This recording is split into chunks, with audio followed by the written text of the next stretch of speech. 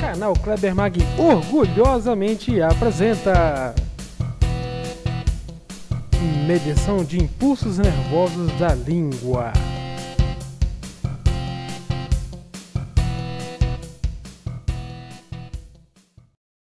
E aí, gente, beleza?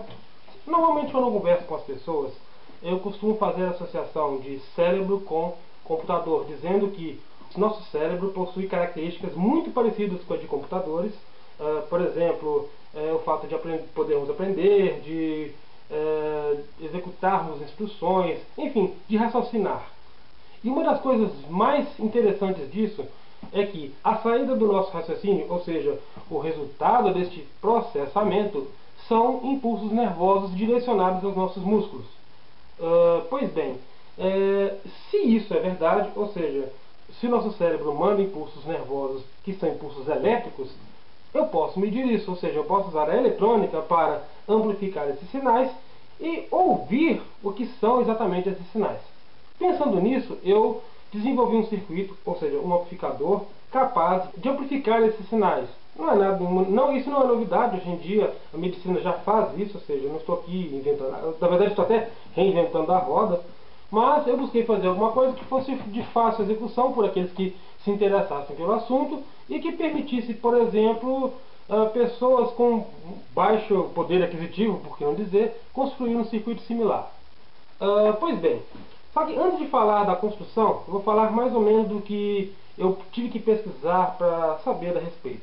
Uma das coisas que eu tive que pesquisar é justamente qual é o nível de tensão com o qual a gente está trabalhando. Se vocês pesquisarem na internet, vou deixar o link aqui na descrição do vídeo, você vai ver que o potencial de um neurônio é em torno de 70 mV, ou seja, 70 mV, para vocês terem uma ideia, enquanto uma pilha comum tem 1,5 volts e uma pilha de celular tem 3,6 volts, os impulsos nervosos causados por um neurônio, a diferença de potencial, é coisa de 700 mV, ou seja, 0,07 volts, ou seja, é um sinal muito pequeno. E para piorar, esse sinal ainda está envolto por todas as células que envolvem a pele, que envolve tecido adiposo, enfim, aquele conjunto de células que estão ali no meio envolvendo o músculo. Sendo assim, já aqueles 70 mV que a gente teria de um impulso nervoso, a tendência dele é que seja, isso para mim medir isso sem ter que fazer nenhuma invasão ao corpo, eu precisaria então medir uma tensão muito pequena fora do corpo. Eu precisaria encontrar o lugar mais adequado para fazer essa medição. A língua é um dos nossos músculos mais externos e, por que não dizer, com mais terminações nervosas. E o mais importante, ela está sempre úmida e, principalmente, por ter muitos músculos, eu acredito que deve ser o lugar mais adequado para fazer essa medição. Bom, pensando nisso, a língua fica sendo então o lugar mais adequado para fazer essa medição. Outra característica que tem que ser levada em conta é a questão da impedância do corpo. Impedância é uma característica de oposição à passagem da corrente elétrica em qualquer coisa, ou seja, quando eu tenho uma impedância, ou também se está associado à resistência, não que seja igual, mas é correlacionado, né? Eu tenho que também conhecer qual a impedância do nosso corpo, dado as condições em que eu quero medir o que acontece ali. Usando o multímetro, eu verifiquei que o nosso corpo, ou no caso a língua, que é o ponto onde eu vou medir, tem uma impedância aproximada de 104 kΩ. Bom, pois bem, eu considerei essa impedância como sendo a impedância válida para os nossos testes. Continuando, considerando também que eu quero trazer esse sinal para o valor de sinal que, captado por um equipamento qualquer, por exemplo, o meu netbook, considerando que eu preciso gerar um sinal capaz de ser amplificado pelo meu netbook e de forma que eu tenha condições de ouvi-lo, então eu preciso dar um ganho de sinal, ou seja, um ganho de amplitude neste sinal medido pela língua.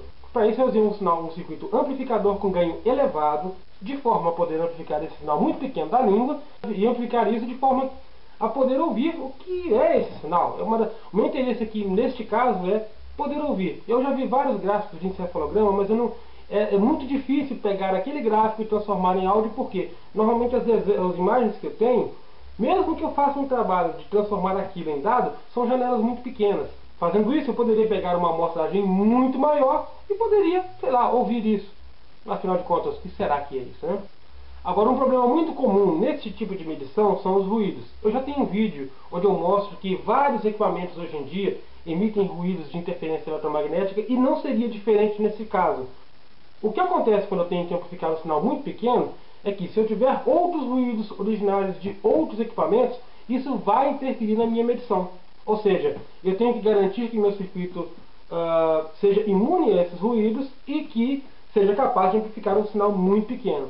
Só que na prática isso não é uma coisa muito fácil. Eu precisaria de fazer equipamentos muito bem blindados, seria uma coisa muito dispendiosa, eu não teria condições nem recursos para poder fazer um equipamento de baixo custo nessas condições.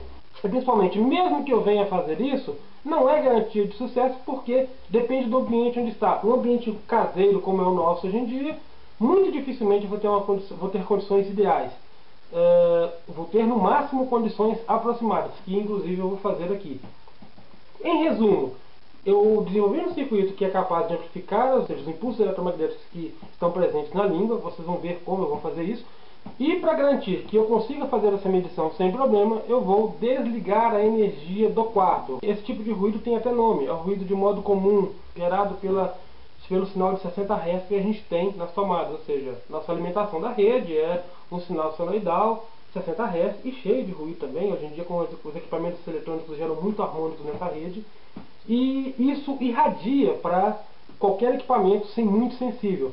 Inclusive, eu vou deixar também aqui na descrição um link para um site do Instituto Newton C. Braga. Esse Newton C. Braga é um dos técnicos não, é um dos, eu não sei se eu poderia dizer que é técnico em eletrônica. Ele fez muitos artigos na revista Saber Eletrônica.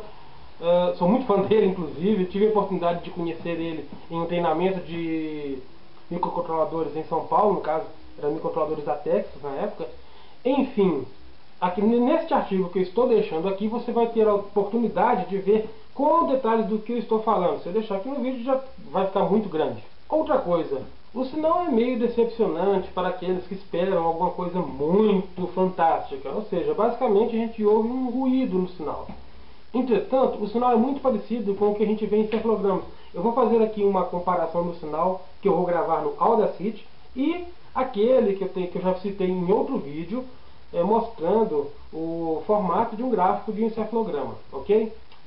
Importante, basicamente eu fiz um protótipo, esse aqui foi o meu primeiro protótipo, não sei se vai dar pra ver aí, né? Enfim, né? Ele funcionou muito bem, só que a desvantagem é que os protótipos como esse aqui, eles são muito susceptíveis à interferência eletromagnética, porque ele é feito numa placa padrão. Eu não consigo fazer blindagem, não consigo fazer nada.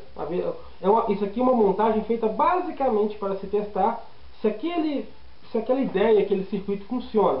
É uma forma de fazer um teste conceitual. Posteriormente, eu montei o mesmo circuito agora numa plaquinha padrão. Eu vou deixar aqui também uma descrição para o vídeo que eu vou postar, ou seja, provavelmente não vai estar aqui agora, mas eu vou postar um vídeo onde eu mostro a montagem dessa placa aqui para quem quiser fazer a placa por si próprio. Enfim, não sei se dá para ver aqui, cara.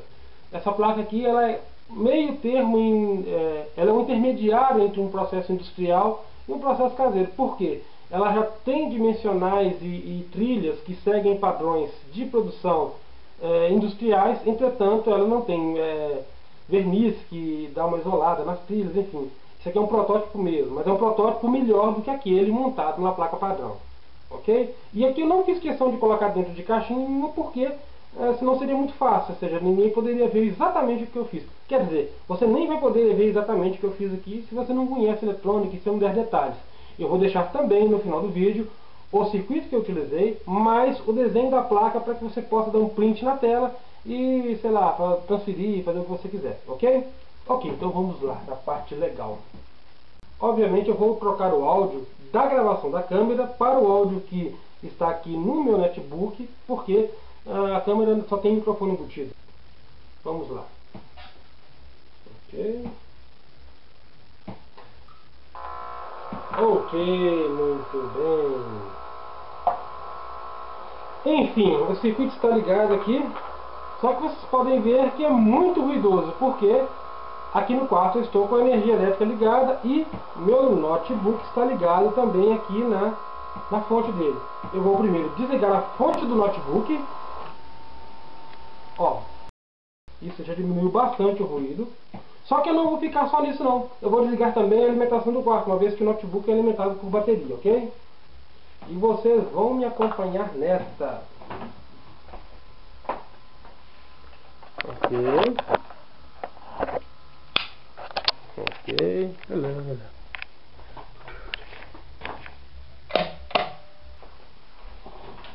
Então, gente, como vocês podem ver, a coisa ficou mais tranquila aqui. Ou seja, o circuito, na ausência de interferência externa gerada pela rede e por outros equipamentos ligados aqui no quarto, agora só tem a câmera e o notebook, diminuiu consideravelmente o nível de ruído, então isso vai facilitar nossos testes. E agora, vamos lá, vou colocar para gravar aqui no Audacity.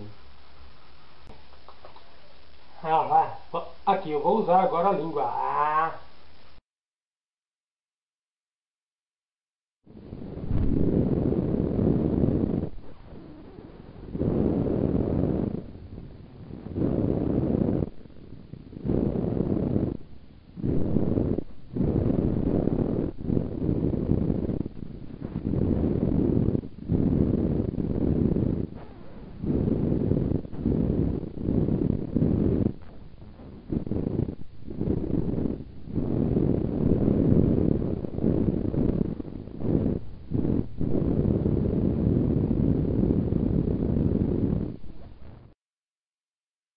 Reparem que os ruídos coincidem com o momento em que eu flexiono minha língua. Ok, gente? Atenção, momento pagação de mico. É o seguinte, galera, agora eu empolguei. Se isso aqui é capaz de amplificar o ruído de uma língua, será que ele não é capaz de medir os batimentos cardíacos? Eu vou usar um band-aid aqui para prender os eletrodos. Eu peguei meu conectorzinho, amarrei um fiozinho na ponta e coloquei 2 eletrodos feitos de chapinha das mais comuns que eu tenho aqui na minha sucata aqui, ok? Bom, vamos ver o que vai dar, não custa nada, né? Ok, vamos ver. Tem que estar aqui.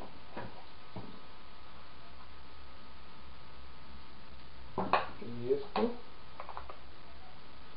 Eu vou pegar aqui, eu vou colar essas chapinhas nos pontos onde eu já vi o pessoal pegando sinais de... colocando eletrodos para fazer eletrocardiograma. Então aqui, tem ruído pra caramba aqui. Mas vai com ruído também, depois eu filtro isso no Audacity lá.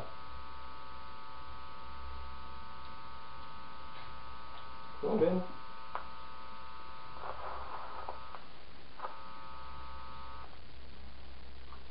Agora eu vou fazer o seguinte, já está aqui. Bom, vocês não vão ouvir, quer dizer, vocês só irão ouvir depois que eu tratar aqui no Audacity. Mas eu vou colocar para gravar aproximadamente 1 minuto, sei lá, mais ou menos isso. Vamos lá.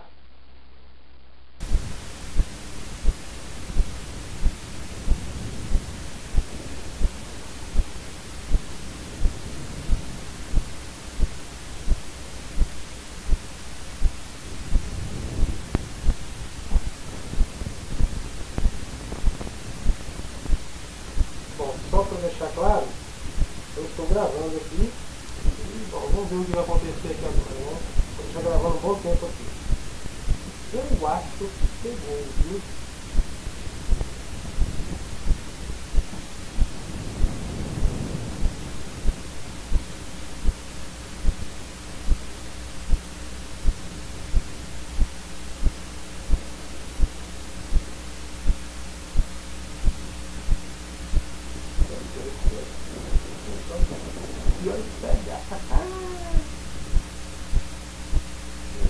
Legal. Bom, acho que por hora já dá. Enfim, eu vou parar a gravação por aqui, vou dar um tratamento no filtro do dado que eu tenho aqui, mas enfim, vamos ver os resultados. Vocês dirão se eu estou errado, ok, gente? Parei. Vamos ver o resultado.